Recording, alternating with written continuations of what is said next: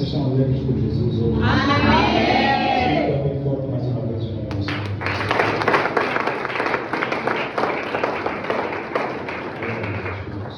Então, rapidamente segura a tua Bíblia.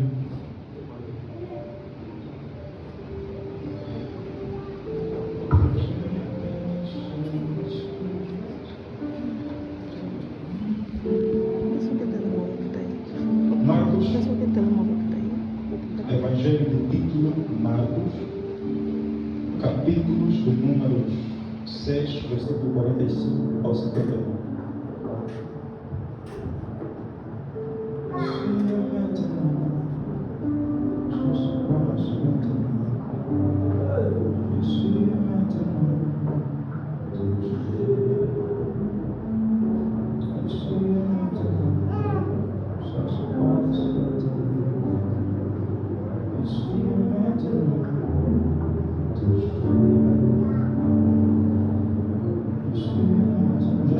Já encontramos todos?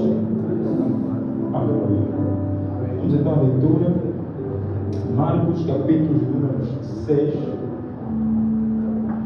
versículos de números 45 ao 51. Assim diz a palavra do Senhor. E logo obrigou os seus discípulos a subir para o barco e passar adiante para outra banda, a Betsaida, enquanto ele despedia a multidão. E tendo-os despedido, foi ao monte a orar. E sobrevindo a tarde, estava no barco, no meio do mar. E ele sozinho em terra. E vendo que se fatigavam a remar, porque o vento lhes era contrário, perto da quarta vigília da noite, aproximou-se deles, andando sobre o mar, e queria passar-lhes adiante. Mas, quando eles ouviram andar sobre o mar, cuidaram que era um fantasma, e deram grandes gritos, porque todos o viam e perturbaram-se. Mas logo falou com eles e disse-lhes: tende bom ânimo, sou eu, não temais. Versículo 50. E subiu para o barco para estar com eles, e o vento se aquietou. E entre si ficaram muito assombrados e maravilhados.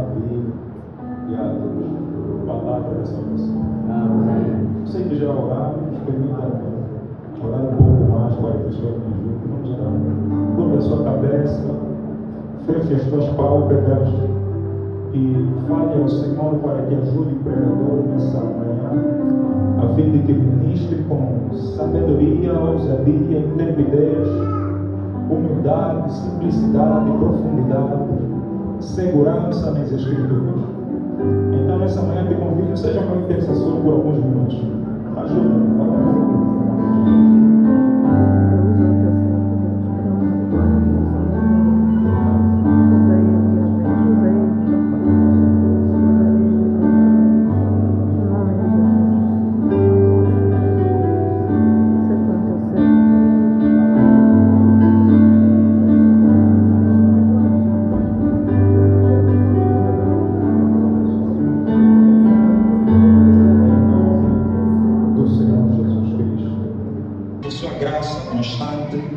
Em nossa vida. Então, celebra o Senhor Jesus pelo dia de hoje. Está por acaso uma bênção estar aqui com os amados, né? Mais do que pregar, está sendo uma bênção cultuar. E eu celebro a Deus pela igreja, o poder da graça liderada pelo profeta Stone de Micava, amém.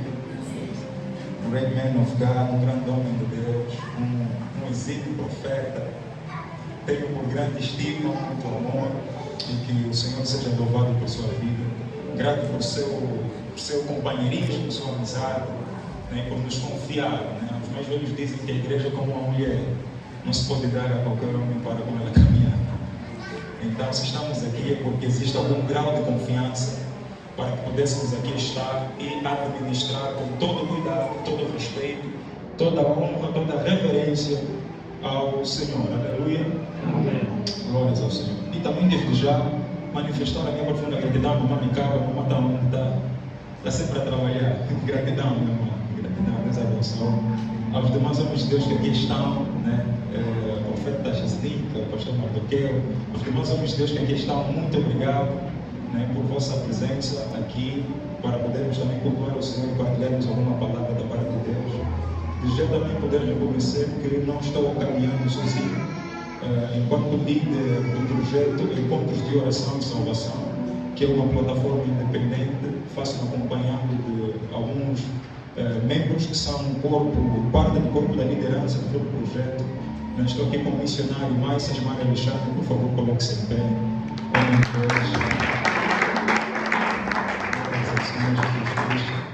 É um prazer, uma bênção vê-lo aqui. Ele é o líder da comissão organizadora dos encontros de oração e, pela graça do Senhor, hoje está aqui conosco.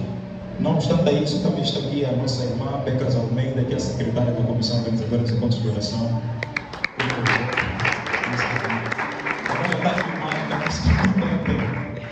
Mas glórias sejam dadas ao nosso Deus. Amém? Amém. Glórias ao Senhor. Bom, não vamos ser mais muito extensivos. O ambiente já está saturado de muita oração, muita adoração. Os ministros de louvor, né, representaram muito bem o que se fez em Crônicas. Quando adoravam, a fumaça do Senhor descia e a glória se manifestava. E foi muito evidente aqui, né, a forma como os nossos homens de Deus puderam ministrar canções de adoração ao Senhor. Pela graça do Senhor, nós estamos falando sobre os benefícios da oração. Eu disse o que é os benefícios da Oração. Repita mais uma vez: os benefícios da Oração. Glória a Deus. E nós demos início no domingo passado falando sobre os benefícios da oração, né? E nós estivemos aqui abordando minuciosamente, de forma um pouco mais extensiva, sobre este tema. E o Senhor, graças a Deus, ensinou-nos um bocado, e nós podemos perceber até certo ponto, antes dos próprios benefícios, percebemos sobre as razões, o porquê que nós oramos, né? Porquê que nós precisamos orar, as necessidades da nossa oração, porquê que precisamos ter uma vida de oração. E nós podemos perceber que este tema, este assunto é extremamente importante para a igreja. Ele é a saúde da igreja. Não podemos ter uma igreja saudável com falta de oração. Não podemos ter uma igreja que cresce em espírito sendo uma igreja fraca em oração. A oração, entanto, é a nossa bússola, o nosso mapa. A oração é o fôlego que nós temos e, além disso, é o instrumento para respirar o ar que nós também respiramos. Então, falar de oração é falar de um assunto que pode determinar a continuidade da vida da igreja em sociedade ou então a morte dela. Com a oração podemos continuar ou sem a oração podemos sucumbir. Mas hoje vamos falar de forma um pouco mais breve, um pouco mais rápida. E o tema que nós temos aqui nos exige não apenas fazermos exposição, mas também orar. E graças a Deus já tivemos uma boa introdução aqui, com muita oração e muita adoração. Nós falamos de pelo menos 2 pontos no domingo passado. Um dos benefícios que nós vimos está intrinsecamente ligado à vantagem, não é? Estar em vantagem em qualquer situação. E em segundo ponto nós vimos um dos benefícios como sendo a aquisição do poder de Deus. E hoje eu quero apenas falar de um benefício, que é o terceiro benefício nesse caso. E este benefício tem como epígrafe mudar as circunstâncias, né? Como sendo um dos benefícios da oração. Ou seja, enquanto benefício da oração, nós temos estar em vantagem diante das situações. Segundo, nós temos a aquisição do poder de Deus. E em terceiro, para hoje, nós temos mudar as circunstâncias. Se quisermos, a mudança das circunstâncias. Aleluia. Amém. Glórias ao Espírito Santo. Bom, enquanto eu vou pregando, eu como gosto de canção, gosto de música, não sei se os nossos irmãos podiam ajudar, né, para ministrarmos da melhor forma possível. Amados, o texto em que nós lemos, hoje eu não vou fazer a introdução do livro, conforme na vez passada levamos muito tempo, mas assim, uma retrospectiva. Primeiro precisamos saber que o livro que nós lemos nos oferece muito conteúdo para nós falarmos sobre espiritualidade. O livro que nós lemos é o Evangelho de Jesus Cristo, mas que vai ser escrito por um jovem chamado Marcos. E ele procura escrever para a classe dos judeus. E assim como nós explicamos na vez passada, existem pelo menos duas classes de pessoas ao longo das Escrituras. Aqueles que acreditam mediante a exposição da palavra de Deus, e aqueles que acreditam mediante a manifestação do poder de Deus. E o livro que nós estamos a ler, Marcos, ele nos oferece muitas condições, provas, recursos e fundamentação suficiente para crermos no poder de Deus. E obviamente que quando ele vai tratar sobre espiritualidade, todos os recursos para crermos no poder de Deus, ele não se esquece do principal requisito para ter acesso ao poder de Deus. E este requisito é nada mais e nada menos do que oração. Todos nós podemos ler um bom livro que fala sobre o poder de Deus. Todos nós podemos ler as Escrituras a respeito do poder de Deus. Podemos ouvir várias pregações que falam sobre o poder de Deus, mas jamais poderemos ter acesso ao poder de Deus se não formos pessoas de oração. Portanto, ainda que alguém possa ler, possa estudar, possa meditar, poderá crescer em conhecimento, mas jamais poderá crescer na espiritualidade em termos de operação do sobrenatural de Deus, se for uma pessoa frouxa, fraca e inútil em oração. Portanto, falar de oração é um dos pontos cruciais, importantes para a própria igreja. A igreja deve ter conhecimento, sim. A igreja deve meditar nas Escrituras, sim. Porque as Escrituras, elas são os nossos parâmetros, é a nossa bússola. As Escrituras delimitam o nosso crescimento e o nosso andamento. As Escrituras nos permitem saber sobre o Deus a quem nós oramos. O conhecimento sobre outros livros que são pós-bíblicos, que surgem depois do cânon ser fechado, são importantes para que a igreja cresça saudável, boa, porém ela será desnutrida se ela não orar. Aleluia. Amém. E este ponto sobre oração, nós vimos Marcos tratando desde o capítulo de Números 1 até o último capítulo. E ele, como escreve para judeus é aquela classe de povo que só crê com sinais, não crê com palavras. Podes pregar, podes fazer exposição, podes ser muito sábio, podes vir da Grécia, podes ser reformado, podes ser judeu, podes ser fariseu, meu querido. Sem demonstração de poder, toda a tua pregação é quase que insuficiente. Por isso é que até mesmo em determinados contextos, Paulo, quando viaja para a Grécia, ele diz assim: amados, eu não vim fazer muita exposição de conhecimento. Vocês já são gregos, já são pai do conhecimento. Filosofia teve grande avanço aqui, então não vim fazer isso. Portanto, não vos prego para esbanjar conhecimento. Eu vos prego sobre demonstração de espírito e demonstração de poder. Amados, não é uma pessoa fraca em oração que faz esse tipo de declaração. Yes.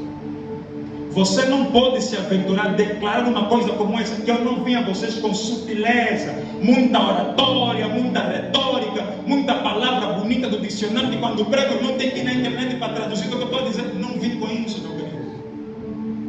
Eu vim demonstrar espírito e poder. Por quê? Porque o poder de Deus silencia qualquer discussão teológica. Amém.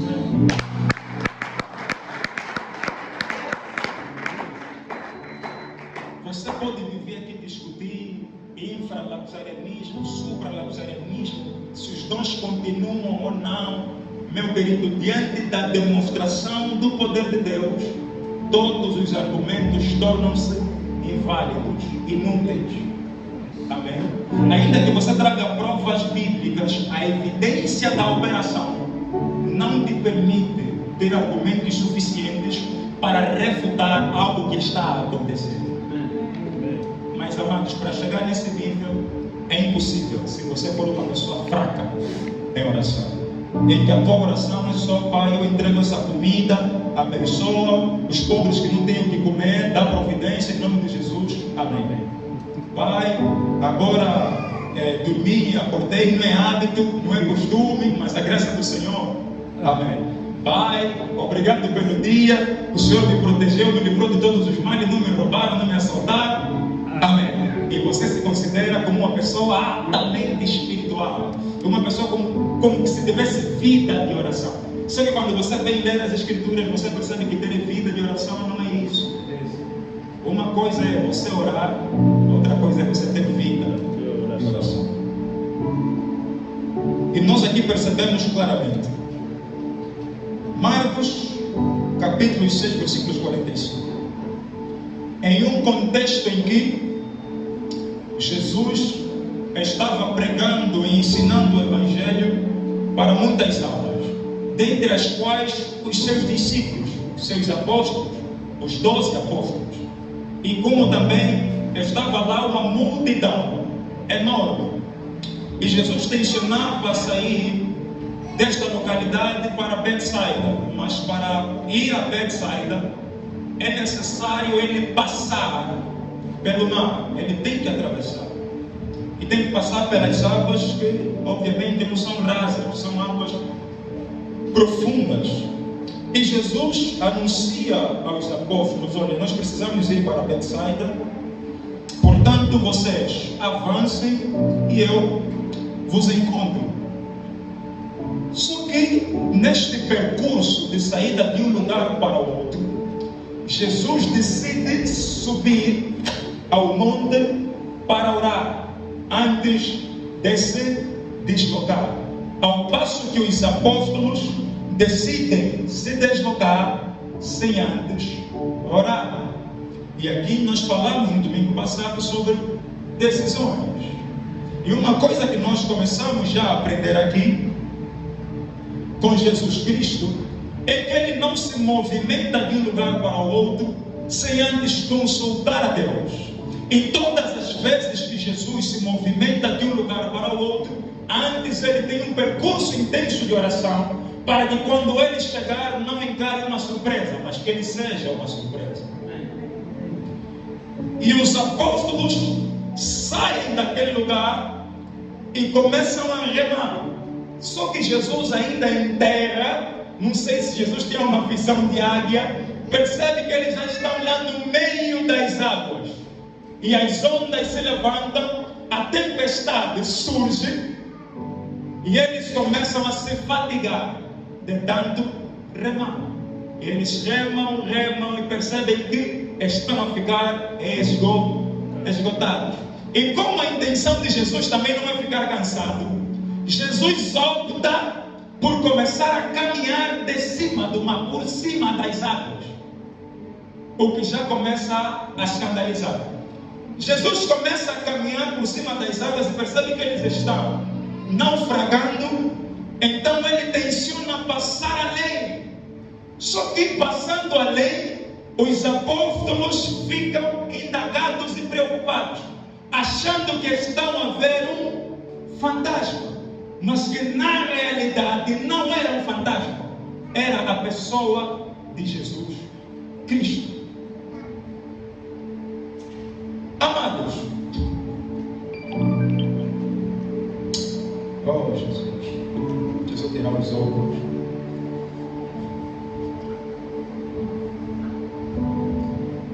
Eu quero que você compreenda uma coisa.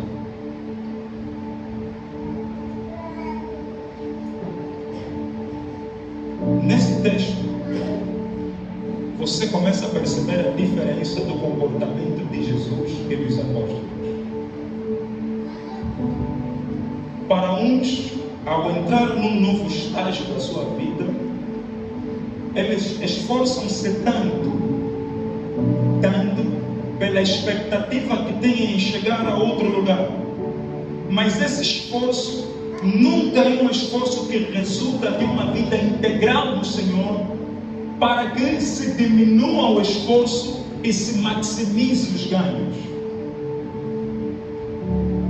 E em muitos contextos da nossa vida, o nosso comportamento é como dos apóstolos. Todos nós temos objetivos de vida. Todos nós tensionamos chegar a um outro nível e a uma outra dimensão. Em termos sociais, em termos espirituais, em termos de estatuto. Mas é que muitas vezes nos esforçamos tanto e nos esquecemos que na saída de um lugar para o outro existe um processo. E em meio a esse processo que é a saída dos discípulos de um lugar para o outro, eles passam pelo mar e têm que trabalhar muito para que cheguem a outro nível. Têm que trabalhar demais. E esse trabalho por vezes te esgota, te cansa e te fatiga. E por vezes te rouba a atenção da oração. Mas quando nós começamos a nos posicionar como Jesus Cristo, começamos a entender que há coisas na vida, como disse Ezequiel, o Senhor a Ezequiel, não por força nem por violência, mas pelo meu espírito. Há coisas na vida que não é trabalho do teu braço.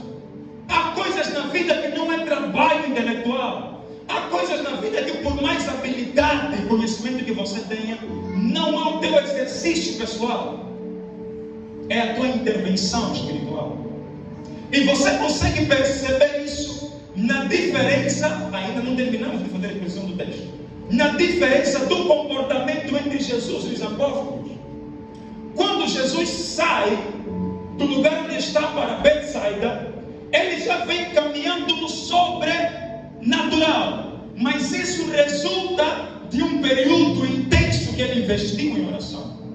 E quando ele se depara em meio ao processo, os dois têm os mesmos objetivos: passar para outra banda, passar para outro lugar. Jesus quer chegar a Betsaida, os apóstolos querem chegar a Betsaida, e Jesus começa a caminhar pelo mar. As ondas ainda estão muito intensas, muito ofegantes, correndo risco os apóstolos de poderem morrer e sucumbir. Eles começam a se assustar com os resultados que Jesus obteve. E assim somos nós no percurso da nossa vida, nos assustando e nos preocupando com os resultados que os outros começam a ter, mesmo quando temos os mesmos objetivos. Aqui, os apóstolos são os primeiros a caminhar, são os primeiros a sair. Mas só que nesse percurso, Jesus espera chegar no meio, ele chegar no meio, para depois começar a caminhar. E em muitos contextos, estamos nós como sendo, somos os primeiros a marcar o passo do ministério, somos os primeiros a começar uma empresa, somos os primeiros a caminhar com Cristo, com Deus, a se converter, enquanto os outros ainda estão no mundo, estão nos esperando, estão lentos, não casaram, não começaram o ministério, não estão a estudar. Por termos sido os primeiros, achamos que vamos chegar primeiro e que o nosso sucesso poderá ser melhor em relação àquele que não chegou, em relação àquele que ainda não começou, em relação àquele que ainda não marcou o seu primeiro passo. Só que a atitude de Jesus nesse contexto nos prova o contrário. Nem sempre quem começa primeiro tem sucesso. Nem sempre quem é o primeiro a marcar um passo de fato tem resultado. Nem sempre quem é o primeiro a casar tem um casamento feliz. Nem sempre quem é o primeiro a entrar no ministério cresce mais e cresce melhor. Nem sempre quem é o primeiro a sair de um lugar para o outro tem a chance de crescer. Portanto, o segredo aqui nesse contexto não está em quem começa primeiro, mas está na forma como nós começamos. Em oração. Aleluia. É na forma como nós começamos. Em oração. Onde está o grande antítipo, o grande paradigma nesse texto? Jesus começa em segundo lugar, E Jesus percebe que, caminhando pelo mar, os demais têm muitas dificuldades. Ainda que Jesus pudesse passar adiante e chegar primeiro, os seus apóstolos, de uma ou de outra forma, poderiam até chegar, ainda que corressem o risco de retroceder, parar pelo caminho ou naufragar. Mas o que acontece é que Jesus vai até eles, aquieta os amados, apresenta-se para que eles fiquem quietos, e aí está o grande ponto: Jesus muda as circunstâncias. Aí está o grande ápice. Aleluia. Amém. Podemos começar a entrar no texto. Amém. Aí está o grande ápice, onde nós queremos fazer a exposição. Vejamos, estamos no versículo 51 agora. Subiu para o barco para estar com eles, e o vento fez o que logo de seguida? Se aquietou. Diga comigo: o vento se aquietou. O vento se aquietou. Jesus subiu para o barco para estar com eles, e logo de seguida o vento se aquietou. Há pelo menos duas evidências da correspondência deles mediante o comportamento de Jesus. Maravilham-se e assossegam-se. Por quê? Por conta do posicionamento e do comportamento de Jesus Cristo. Podemos, após essa introdução, começar a exortar. Eu quero que você compreenda uma coisa, meu amado e meu querido.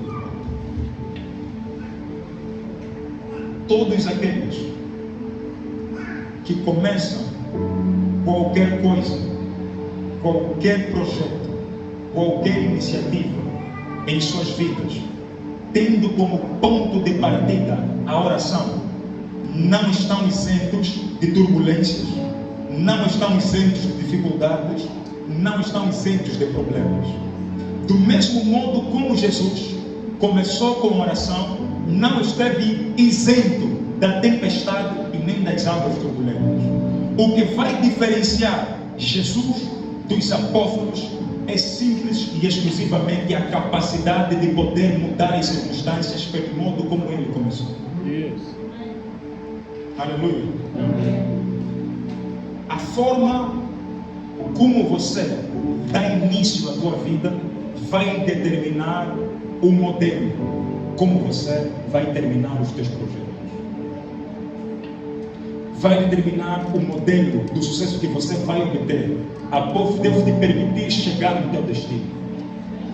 Quando você não dá início de tudo aquilo que você está por fazer através da oração, você vai esforçar-se demais, cansar-se demais e ignorar o fator unção, ignorar o fator oração. E isso, como consequência, você vai atrasar muito no processo, vai atrasar muito o teu ministério, vai retardar as bênçãos de Deus, vai se demorar muito no processo. Tudo tem a ver pela forma, pelo modelo, como você. O fim último de mudar as circunstâncias, o fim último de falarmos de tudo isso, benefício da oração, é vermos, em resumo, a intervenção de Deus em todas as coisas. Se porventura você não consegue observar e ver a intervenção de Deus em tua vida, a única coisa que você precisa melhorar é a tua integração plena e profunda à oração. E isso pouco importa qual for a circunstância que você deseja mudar. Pouco importa. E o meu grande desejo, porque há muitos projetos que o profeta passou para mim, o meu grande desejo para o poder da graça é que, além de ser conhecida e reconhecida como uma igreja verdadeira, genuína, bonita e elegante, seja conhecida como uma igreja como sendo o ponto do avivamento, assim como foi Azusa Street. Azusa Street dos Estados Unidos da América, a rua de Azusa, foi conhecida como o lugar da referência do avivamento nos Estados Unidos da América. E eu estando aqui, hoje eu posso observar que a igreja tem, se calhar, menos de 300 pessoas, né? Ainda. Mas o que eu espero é que, ainda que a igreja tenha menos de 300 pessoas, que essas pessoas que estejam aqui sejam todos cheios do Espírito e ousados do Espírito para tornar o reino de Deus conhecido.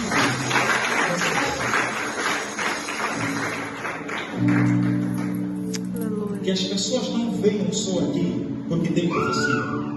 Que as pessoas não venham só aqui porque tem curas e maravilhas. Mas que as pessoas venham aqui porque realmente podem encontrar-se com a pessoa de Jesus. Aleluia. Esse é o nosso principal desejo. Esse é o fim de toda a pregação que podemos fazer. E hoje eu gostaria que nós investíssemos o nosso tempo orando pela igreja e pelo lugar de Janeiro. Eu gostaria que investíssemos o nosso tempo orando pela nação, pela província que nós estamos, pelo continente que nós estamos. Não pode se falar apenas de Billy Graham e Reinhard Bonk. Não pode se falar apenas da África do Sul, de Quênia, Botsuana, onde tem avivamento. Tem que se falar da Angola, de que não. Se eu ir em Angola, nunca mais serei o mesmo. Porque eu tenho plena certeza que o evangelho que eu vou ouvir naquele país vai mudar radicalmente a minha vida. Amém. E é dessa forma que nós precisamos mudar circunstâncias, mudar destinos, interromper destinos. Amém. Pessoas destinadas à perdição, temos que interromper esse destino. Aleluia. Amém. Aleluia. Amém. Onde você está, inclina a tua cabeça.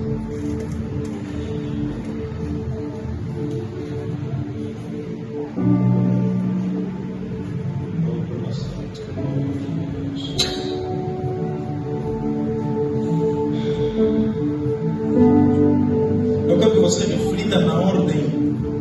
Deus, o que eu posso fazer agora pelo Evangelho? O que eu já fiz? E o que eu ainda não fiz e devo fazer pelo Evangelho? Há muitas circunstâncias que nós precisamos mudar e transformar. Mas o que eu estou a fazer até aqui para que essas transformações, essas mudanças, sejam verificáveis, sejam notórias? O que eu posso fazer?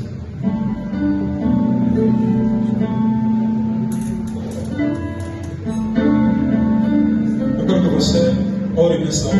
Fale com Deus. Vamos entrar em oração profunda. Fale com Deus. O que vai fazer a diferença entre esses dois homens é a capacidade, a habilidade espiritual para mudar as circunstâncias. E você percebe que não é o único contexto em que Cristo muda as circunstâncias. Todas as vezes que Jesus desce dos montes, sai do deserto, após dias de oração, 40 dias, 12 horas, qualquer tipo de hora que ele fez em oração, ao regressar desse momento intenso, coisas sobrenaturais estão suscetíveis a acontecer. Nunca teve momento em que Cristo vem da oração e o sobrenatural não acontece. Nunca teve momento em que Jesus vem de um percurso intenso de clamores e as coisas sobrenaturais são difíceis de serem concretizadas. E nós percebemos que isso não é apenas um fenômeno que acontece com Jesus, mas com todas as demais personagens da Bíblia que investiram seu tempo em oração. Amém. Reflita comigo. Josué inicia a batalha. Nós falamos disso no domingo passado. Interrompe um processo em que o seu povo estava suscetível a perder uma batalha. Josué percebeu que nós estamos a perder a guerra, mas os inimigos podem morrer. A grande questão é que o tempo está a se passar e eles estão a fugir. Qual é a solução? interromper a circunstância, o sol tem que parar, porque eu preciso me investir em oração. E quando ele investe o seu tempo em oração, o sol para. E ele consegue dar continuidade à peleja, intervindo em oração. E Deus muda os resultados. Você percebe um outro contexto? Moisés está em oração. E há pelo menos 2 homens que o sustentam em oração. Quais são? Arão e Hur. A informação que chega a Moisés é que, olha, o povo lá está pelejando, mas é um grande problema. O povo está perdendo. Qual é a solução? Preciso entrar em oração. Quando Moisés dedica-se à oração, todas as vezes que ele levantava as mãos para orar, Moisés e Hur, de um lado e do outro, para sustentar a oração, os resultados da guerra eram diferenciados. Por quê? Porque a oração lhe permitia mudar as circunstâncias. Não é o único aspecto. Você percebe um outro momento? Jesus está caminhando em direção a um defunto. Qual é? A viúva de Naim. Tem apenas um único filho. É viúva. Obviamente, a sua geração pararia por ali. Já não tem varão. E ninguém sabia se já estava numa condição que já não pudesse gerar filhos. Pressupõe que a sua vida terminaria por ali, após a morte do seu próprio filho. A sua geração estava a ser extinta da terra. Mas quando Jesus se apercebe dessa circunstância, Jesus coloca-se em direção ao cortejo fúnebre e interrompe o óbito. Mas como é que ele interrompe o óbito? Declarando para que o filho que estava morto pudesse ressuscitar.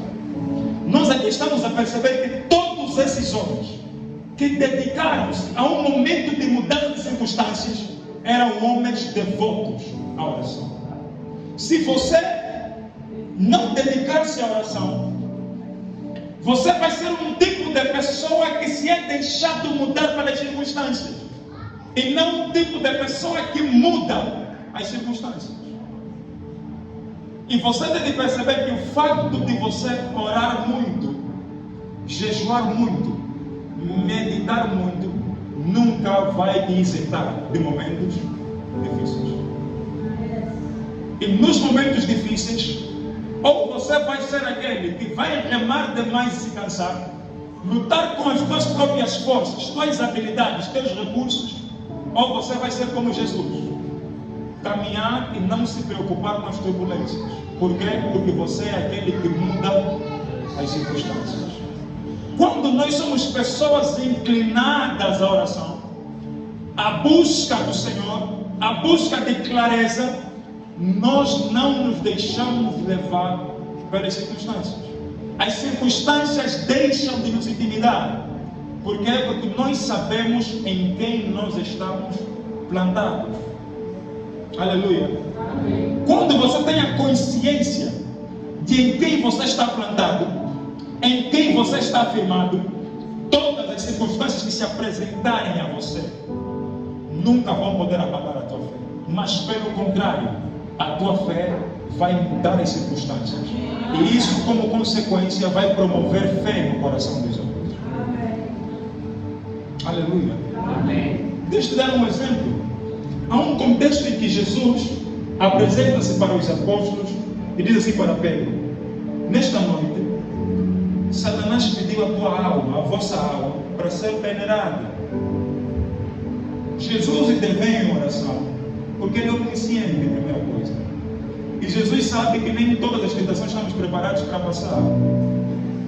Deus só permite com que nós passemos em provações e tentações quando sabe que nós vamos superá-las. Quando Jesus se apercebe que até Satanás intercedeu diante de Deus, qual é o seu posicionamento? Oração. E quando Jesus ora, termina de orar, fala com ele, pedindo a tua alma, serias peneirado, mas há uma coisa, eu intercedi por você. O que Jesus Cristo diz depois dele falar isso? Intercedi por ti para que o Senhor guardasse a tua fé e a dos teus irmãos. Portanto, quando te converteres, anuncia também aos teus irmãos sobre isso. Está longe de nós perceber qual seria a consequência de serem todos peneirados, sabendo Jesus que eles ainda não estavam convertidos. Longe de nós. Uma coisa é Deus permitir, olha, não, pode atormentar Jó. Jó já lhe conhece. É um homem cheio de fé. É um homem que vai suportar a tua tentação. Pode atormentar Jó. A outra coisa é Jesus Cristo observar os seus apóstolos e entender que não, esses aqui se passarem na provação, vão reprovar. A situação aqui é intervir em oração para que Deus não permita que essa situação aconteça. E aí nós percebemos que Jesus está a mudar a circunstância de alguém. Alguém que poderia perder a sua fé. Cristo investiu-se em oração para reservar e guardar a sua fé. Aleluia. Aleluia. O que nós queremos que você compreenda uma coisa é que circunstâncias de calamidade, circunstâncias de tempestade vão sobrevir. Mas o que você precisa fazer é não agir com base nas tuas habilidades, nos teus recursos, sem antes você consultar a Deus. Quando você estiver para marcar um novo passo na tua vida, sair de um lugar para o outro, o que você deve fazer não é lutar por si mesmo, mas é investir-se em oração para saber como ultrapassar essas circunstâncias. Olhemos para a igreja em Angola. Você percebe que a igreja em Angola está asfixiada. Não tem voz e não tem vez. Não há políticos que obedecem à voz da igreja. Não há ministros que obedecem à voz da igreja. Mas todos nós queremos catapultar da igreja que está nesse contexto para a igreja que possa estar em outro contexto. Tem aqui vários homens de Deus, líderes, e conhecem o contexto dos outros países. E nós elogiamos muito a Nigéria. A Nigéria, os governantes ouvem a igreja. Na África do Sul, muitos governantes também ouvem a igreja. Mas em Angola, não. A grande questão não é se eles ouvem ou deixaram de ouvir. A grande questão é o quanto você intervém em oração para mudar essa circunstância. Essa é a grande questão. Para o lugar onde nós queremos levar a igreja, um tipo de poder, um tipo de autoridade social, o que que você, o que que eu, o que que nós enquanto igreja estamos a fazer para levar a igreja de uma situação para outra? Nós estamos a perceber que a própria igreja em Angola é levada pelas circunstâncias. Veio a Covid-19, os pastores, nem atendimento pastoral, nem atendimento profético podem fazer. Agora tem que inventar um recurso, atendimento virtual. E aí de você, se não tem dom profético, tem que estar numa missão com o irmão. Não sei se vai ver como uma situação dele. Quer dizer, a igreja em Angola passa por situações que, ao invés de mudar o contexto social, ela está adaptando-se ao modelo social. E isso acontece por quê? Porque os homens não estão investindo o seu tempo em oração. As circunstâncias estão a definir o nosso tipo de crescimento e o nosso tipo de fé. Sabe, eu quando vim para casa, vim de casa para aqui para ministrar hoje, uma coisa que está em meu coração e muito patente e muito convicta é sobre a necessidade do avivamento em Angola. E os irmãos pensam que o profeta conhece. Nós estamos nos preparando para 24 horas de oração, que vai ser já no próximo mês. E o que nos leva a nos preparar para 24 horas de oração e orar por 24 horas é justamente a mudança do paradigma que nós temos em nossa nação. Há um paradigma muito estranho em nossa nação.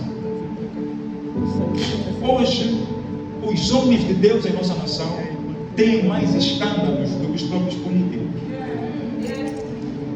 Hoje, a própria igreja está a ser mais desacreditada do que o próprio político. Se o político sair para fazer campanha em fase eleitoral, e a igreja sair para fazer evangelização, você vai perceber que o político vai ter mais povo do que a própria igreja. Mas o problema não está na impiedade do povo, está na descredibilidade que a própria igreja construiu para si.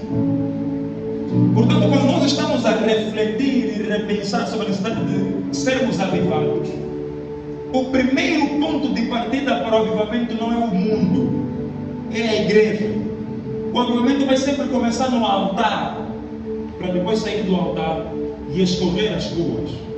A unção nunca desce fora para entrar na igreja, é sempre da igreja para lá fora. E se nós quisermos mudar esse paradigma em que a igreja é mal vista, os homens de Deus têm mau testemunho em Angola. Amados, se nós não orarmos para Deus limpar a nossa imagem, por mais que amanhã surjam bons pregadores, bons testemunhos, a nossa falta em oração não vai permitir que a imagem que nós temos seja melhorada. Portanto, nós precisamos nos investir muito em oração. Primeiro, para sermos avivados, que o Senhor transforme nossa imagem, transforme nossa sociedade e depois comece a impactar o mundo por algo novo que eles precisam ver em nossas vidas. Aleluia. Amém. E quando nós viemos falar aqui sobre oração, o que nós mais desejamos e nós mais queremos, em primeiro lugar, eu sei que eu não falo muito sobre prosperidade, finanças, não falo muito.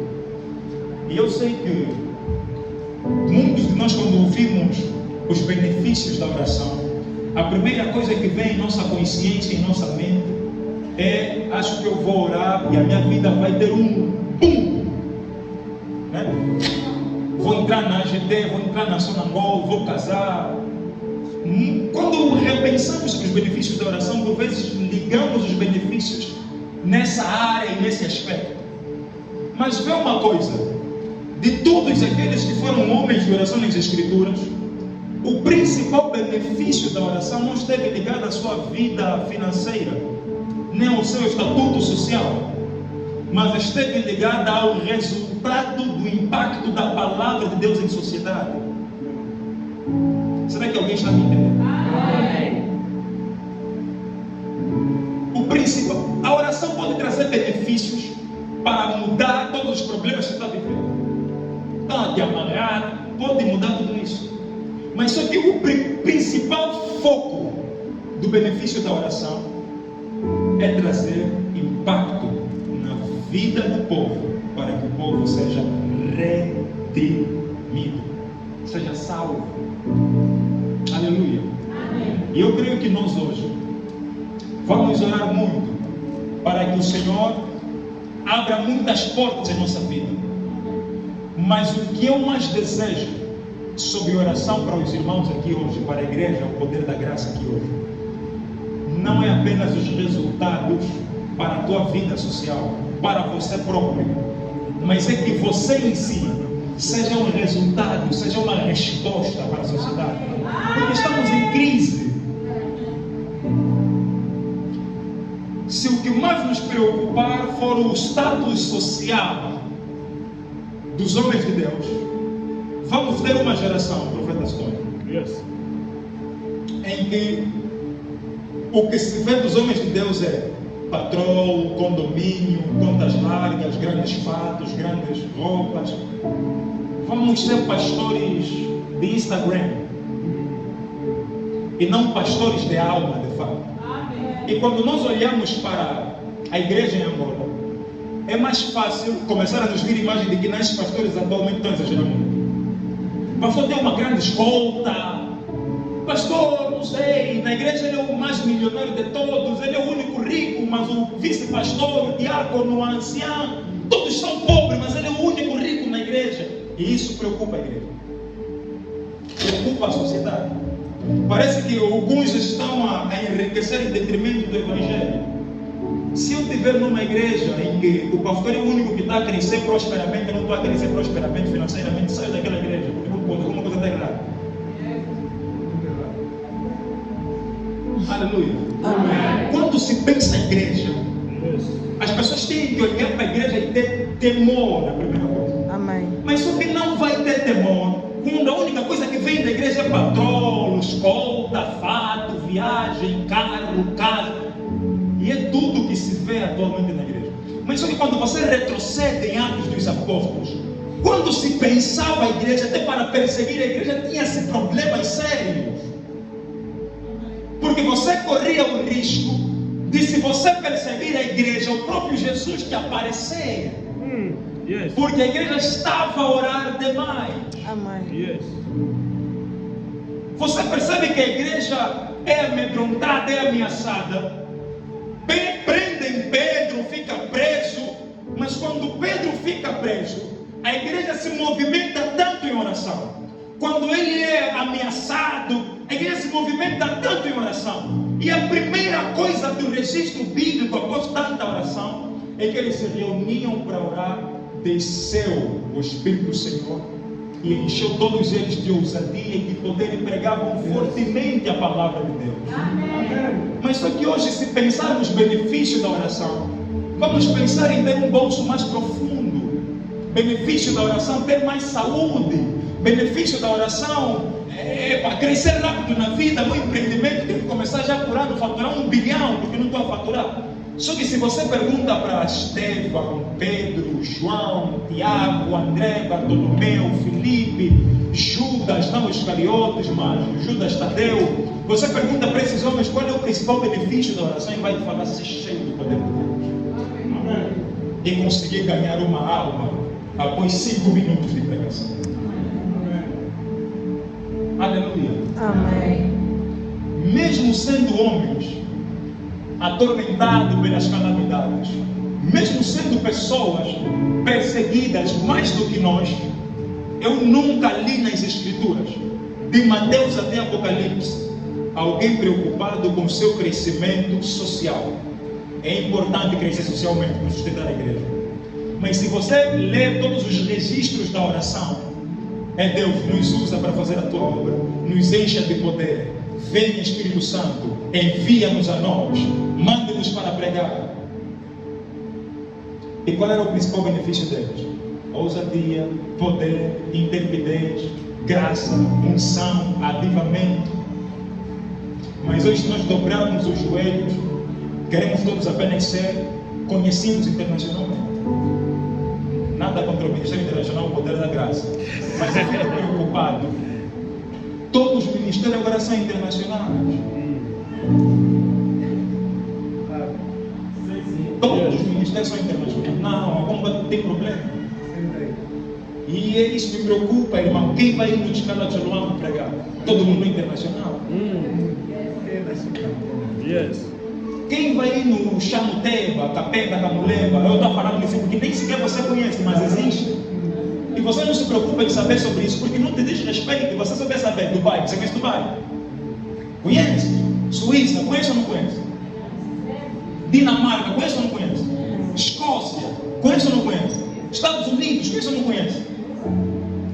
Conhece o Banja? Conhece o Kanzai? Conhece o Fukauma? Jazz. Você esses lugares, você não conhece porque não está no teu sonho. Mas você ora muito. Deus me usa, Deus me usa, Deus me usa. Mas ele pergunta nesse momento, se Deus começar a te usar, onde é que você quer ir? Nos Estados Unidos da América. Tudo bem, nada contra os países evoluídos, desenvolvidos. Vai mesmo para lá, prega o evangelho, seja uma bênção. Mas se você vê a história dos homens de oração, não queriam ser enviados para grandes lugares. Queriam ser enviados para lugares onde estão pessoas perdidas que não ouviram. Queriam ser enviados para esse lugar. Só para te contextualizar, para mim não fugir muito. Os que gostam um pouco de história, eles sabem que Roma, a antiga Roma, era o império mais desenvolvido no século I e após o século I até o período de Paulo, certo? Era o maior império do mundo. É o maior império que existiu no mundo, o Império Romano. E obviamente em Roma existia todo tipo de coisa. Assim como hoje nós olhamos para os países da América, do Canadá e tudo mais, uma evolução fora do normal. Sociedades civilizadas, globalização, dinheiro. César também estava lá. Quem quisesse ver César poderia ir para Roma. E era um lugar que era cobiçado estar lá. E você vê que Paulo, nas suas viagens missionárias, para ir para Roma, que era um lugar desenvolvido, assim como os Estados Unidos atualmente, era trabalho. Os irmãos dele falavam lá, está sempre a prometer que vais vir, nunca está, sabe o que se passa. Você percebe isso quando ele escreve Romanos capítulo 1. Não ignoreis as várias vezes que vos disse que virei até vós. Até aqui o Senhor não me tem permitido, mas eu anseio ardentemente estar entre vocês. Quer dizer que para Paulo, ele nunca tinha grande anseio lutar para ir fazer missão em Roma, em um estado, em um governo altamente desenvolvido, altamente padronizado. Efésios, uma das 7 maravilhas que existiam antigamente, muito bonito. Afrodite, a deusa, o lugar do ouro e da prata. Paulo não ficou lá mais de 2 anos, só ficou lá 2 anos pregando o Evangelho e foi-se embora. Onde é que Paulo queria estar? Nas igrejas de Galácia, em Tessalônica, Filadélfia, Tiatira, Laodiceia. Ou seja, ele queria estar nas igrejas que estão assim, tipo no Sambi, no Santizano, no Paraíso. Mas onde? Onde? Mas um bairro que você não deseja ir lá. Nos Mulevos de cima, no Mulevo de baixo, onde? Belo Monte, Belo Horizonte, bairro que você não queria estar lá. Paulo ficava lá 6 anos, 8 anos, 1 ano, 2 anos, 3 anos, pregando o Evangelho. Se esses homens não nos servem de modelo, como o cristianismo, irmãos, o nosso cristianismo está distante da Bíblia. Distante, você vê uma distância de anos-luz. Distante da Bíblia. Se somos todos convocados à oração, Deus não te chamou para vir falar com Ele sobre BMW, Patrol, Jaguar. Não te chamou para vir falar com Ele sobre isso. Você pode pedir sobre isso. Mas quando você faz disso o teu estilo de oração, você percebe que a tua santidade com Deus começa a ser questionável. Isso evidencia muita ganância, muito materialismo no teu coração. Quando você é convidado a Deus para falar com Ele sobre oração, você começa a falar sobre os sonhos de Deus, os planos de Deus. Amém. E qual é o principal plano de Deus? Salvação. Qual é o principal objetivo de Deus em enviar os seus servos? Salvação. Muitos de nós nos aborrecemos da oração. Fugimos, não somos pessoas de oração, porque firmamos a nossa oração em petição para responder às nossas necessidades. O evangelista apóstolo Tiago, ele escreve assim: se vocês oram, mas não recebem nada, é porque as vossas orações estão baseadas nas petições de coisas terrenas. É muito daquilo que vocês pedem. Está vendo que Deus ficou o Pai Noel? Deus me dá, Deus faz, Deus realiza, Deus. E ali começamos a ficar frustrados quando as situações se levantam e começam a nos apertar. Só que aquele que é tão cheio do Espírito Santo, ainda que as situações se levantarem e se apertarem, o seu foco não muda. Como dizia Paulo em Efésios, em Filipenses, prossigo para o alvo que é Cristo. Mas ele, para escrever essa carta, se pergunta onde é que ele estava escrevendo essa carta. Estava preso. E outro grande problema, Paulo está preso e ele é que está consolando os irmãos que não estão presos. Paulo está preso, tinha que receber consolo. Paulo, estamos aqui orando por você, estamos aqui intercedendo por você para que o Senhor guarde a tua fé, que o Senhor te livre, que o Senhor seja contigo, que o Senhor não te permita sucumbir. Ao invés de fazer isso, os irmãos começaram a competir. Agora quem é que vai substituir Paulo? Quem é que prega mais entre nós? Acho que aquela doutrina que Paulo estava ensinando também não estava muito correta. E você percebe que quando Paulo escreve Filipenses, ele escreve com muita dor no coração. Paulo contava: agora que eu estou preso, apraz-me partir para estar com Cristo, mas por causa de vocês, que parecem que estou a vos pregar anos, não estão entendendo o Evangelho, tinham que ficar mais um tempo. Porque vocês não entendem que o morrer é lucro e o viver é Cristo. Não entendem isso. Por isso é que o escritor de Hebreus falou assim: pelo tempo que vocês já estão na fé, já deveriam ser mestres, mas não são. Lutam sempre contra as mesmas coisas. E vocês ainda não lutaram contra o pecado, até a carne e o sangue. Estão sempre na mesma coisa, no mesmo círculo. Essa consciência transformada de Paulo, a forma como ele entende o Evangelho, a forma como ele vive o Evangelho, é resultado de muita comunhão que ele tem com Deus. Não é resultado de alguém que ora uma vez ou outra. Não é resultado de quem vem a Deus em oração só para orar o ministério ou só para orar o crescimento financeiro. Não é. Não é. Não é. Vou dar um exemplo que está ligado ao texto que nós abrimos. Você vê, Jesus, enquanto homem, enquanto Deus, teve todas as oportunidades necessárias e possíveis para ser um grande empreendedor. Ele começa a trabalhar com seu pai, José, e empreende.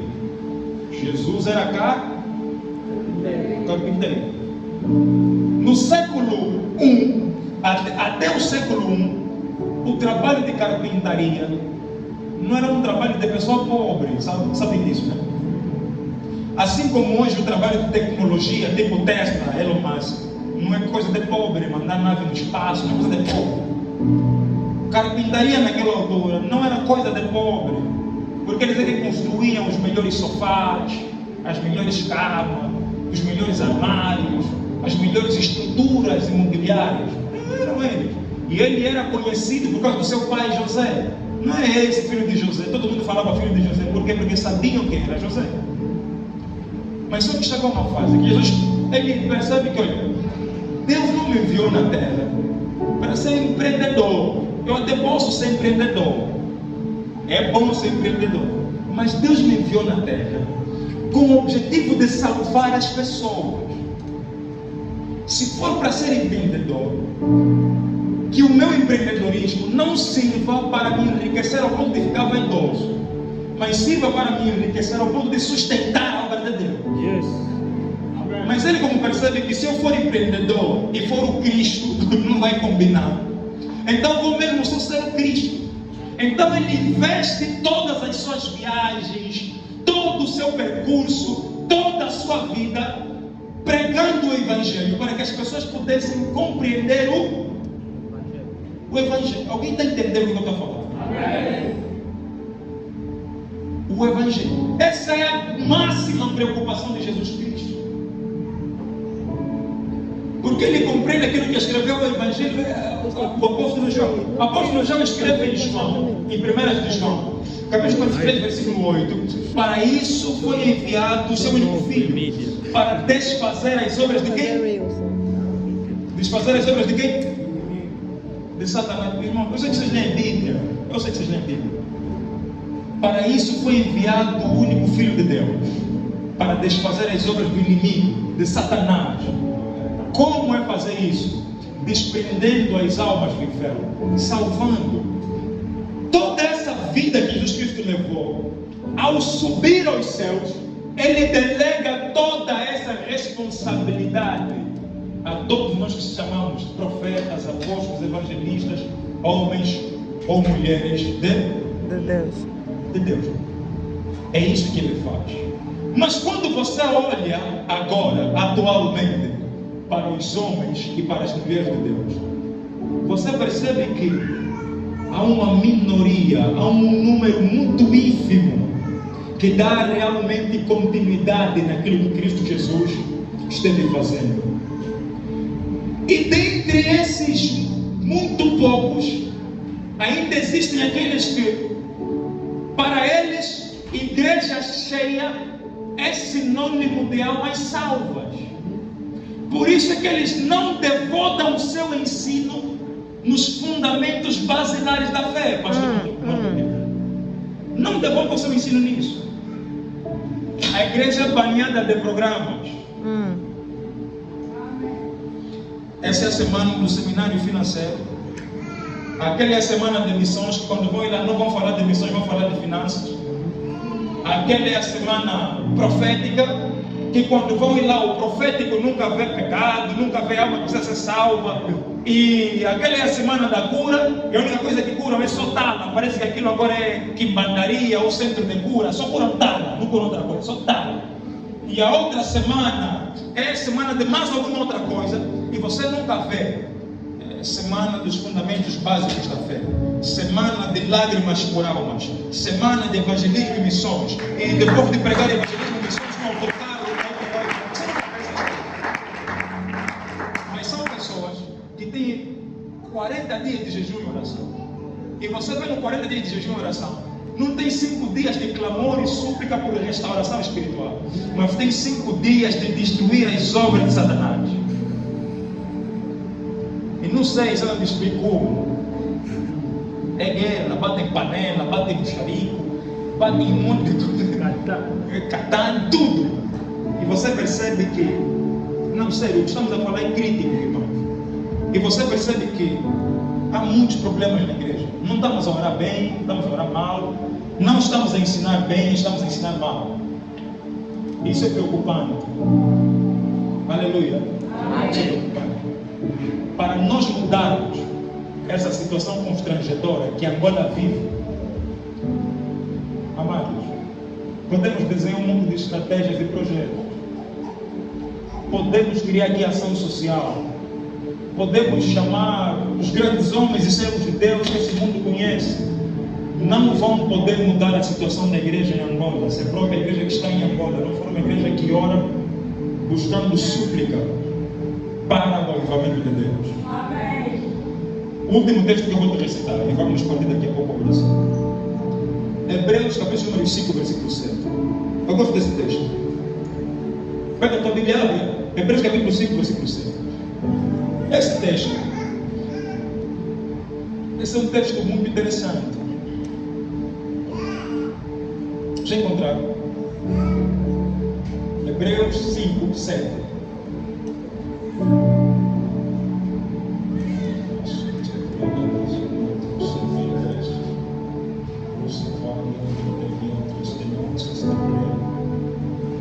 nome de Jesus. Pastor, já encontrou, né? Ajuda-me só ali. Diz assim a palavra do Senhor. Amém. Durante seus dias de vida na terra, Jesus ofereceu orações e súplicas em clamor e com lágrimas àquele que o podia salvar da morte, tendo sido ouvido por causa da sua reverente submissão. Palavra de Deus. Alguém pode aplaudir por essa palavra?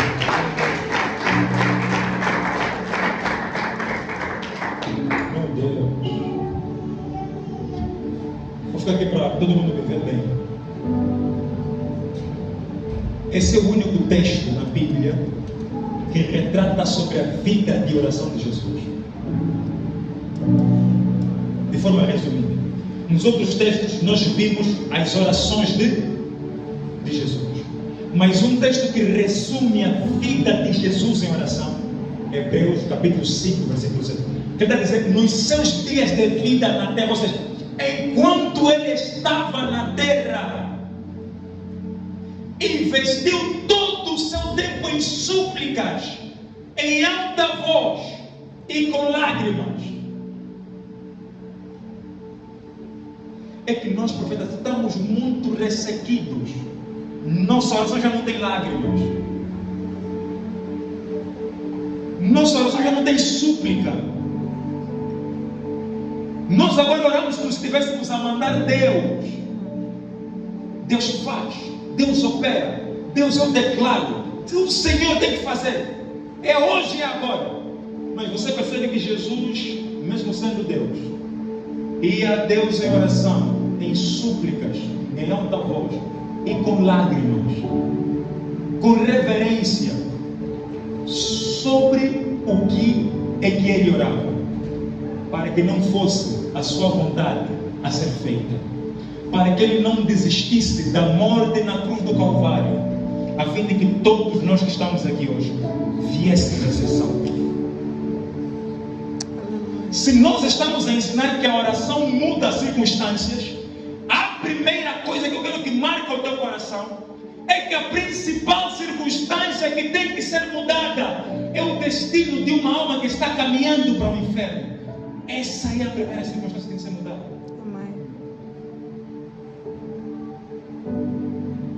Aleluia. Amém. Saia para as ruas e você vai ver aproximadamente 6 bilhões de pessoas caminhando diretamente para o inferno. Disse quantos? 6? Não é milhões, é bilhões. Isso não te preocupa?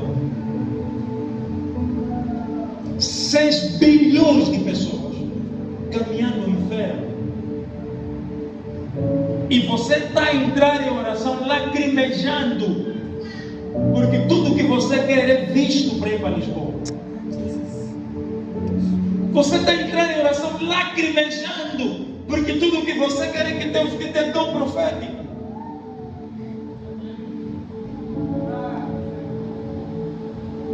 Mas você percebe que quando o texto de Hebreus 5:7 trata sobre oração, a principal coisa, Jesus está a clamar em alta voz, em súplicas, para que o Senhor faça o quê?